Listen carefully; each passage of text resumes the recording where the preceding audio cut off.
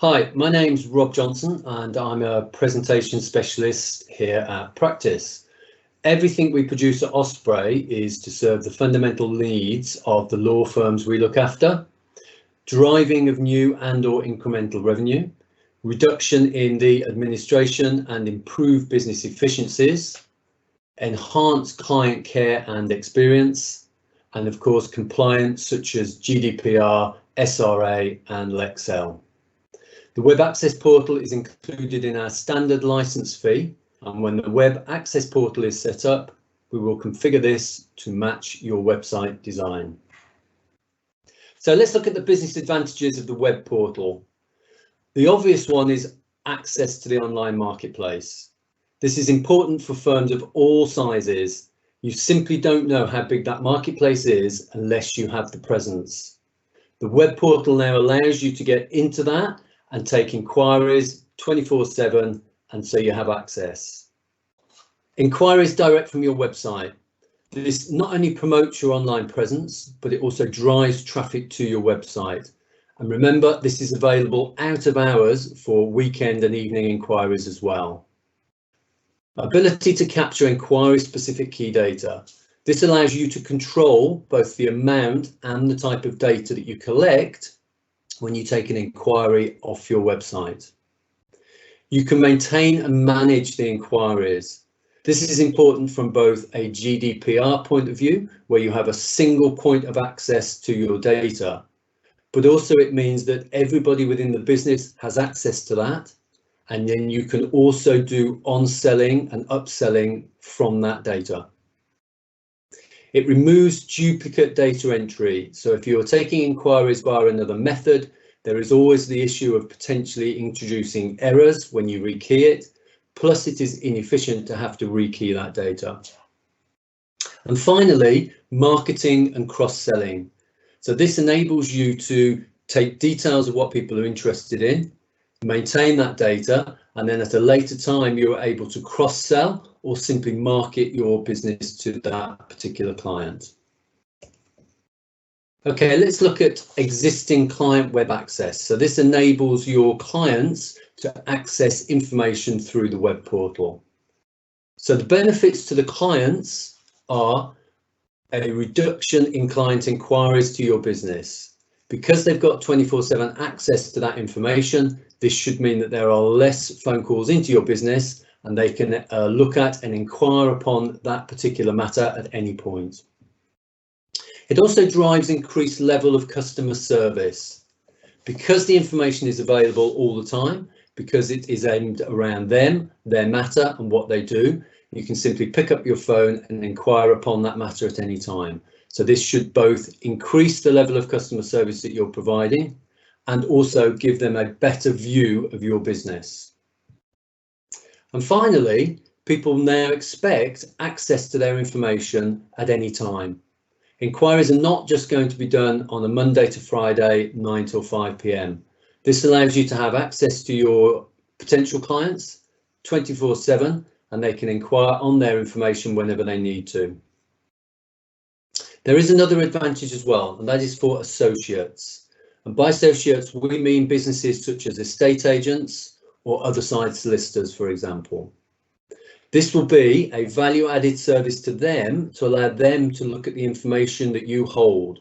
For example, for estate agents, they will very easily be able to inquire upon all of the sales and purchases that you are currently managing for them. This promotes loyalty amongst those associates. And finally, document collaboration. The web portal will allow you to expose a document to those associates, and they will be able to check that document out, make any necessary changes, check that document back in.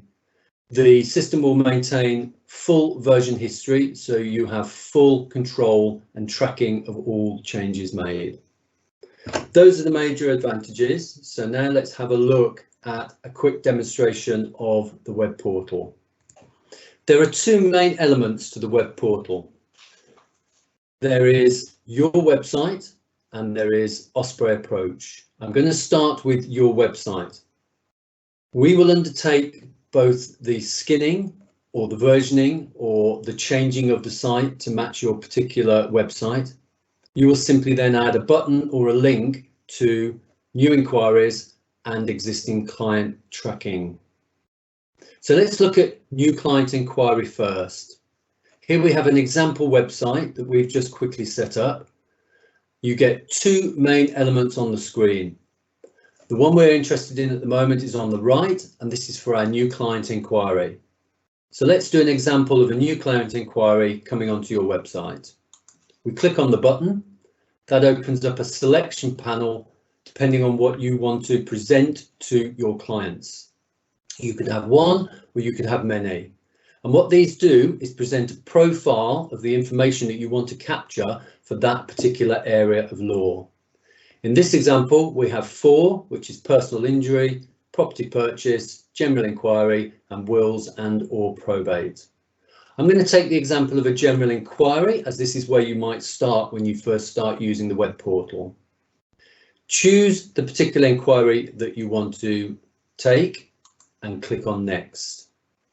This will take you through to the questionnaire to fill in.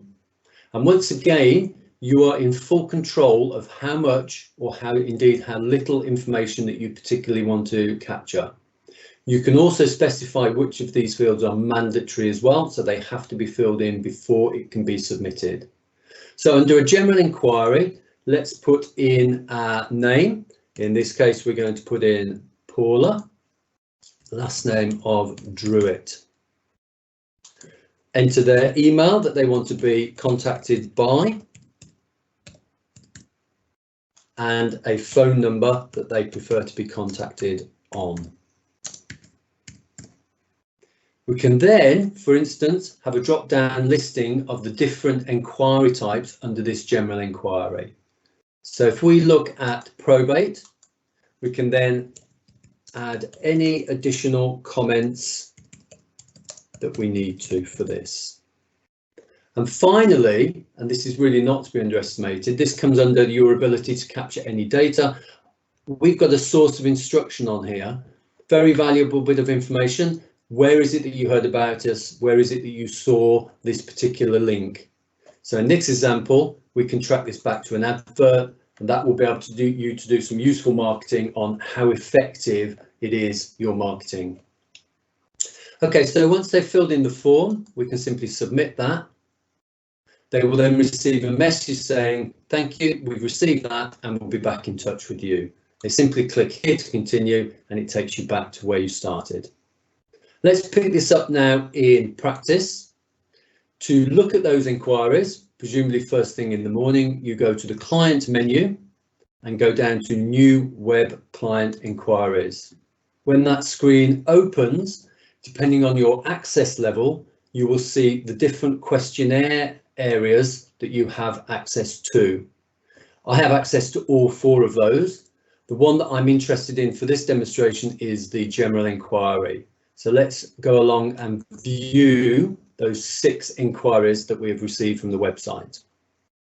Let's follow through Paula Druitt. As we can see, the second line down, there is the inquiry we've just taken.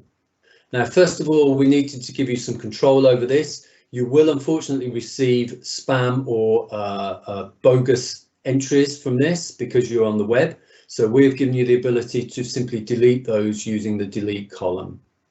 Assuming at a first visual glance you are happy with that inquiry, what you can do then is go to the next stage, which is to automatically convert that into a prospect matter in practice.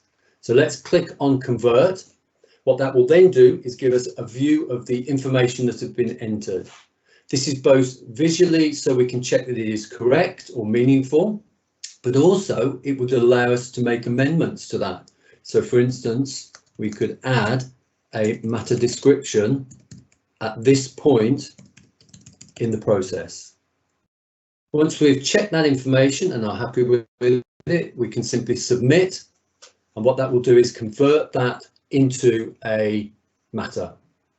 Also very usefully, what we can see that it pops up a confirmation dialog just to let you know that there is another matter on the system with the same surname or some of the details that it has found.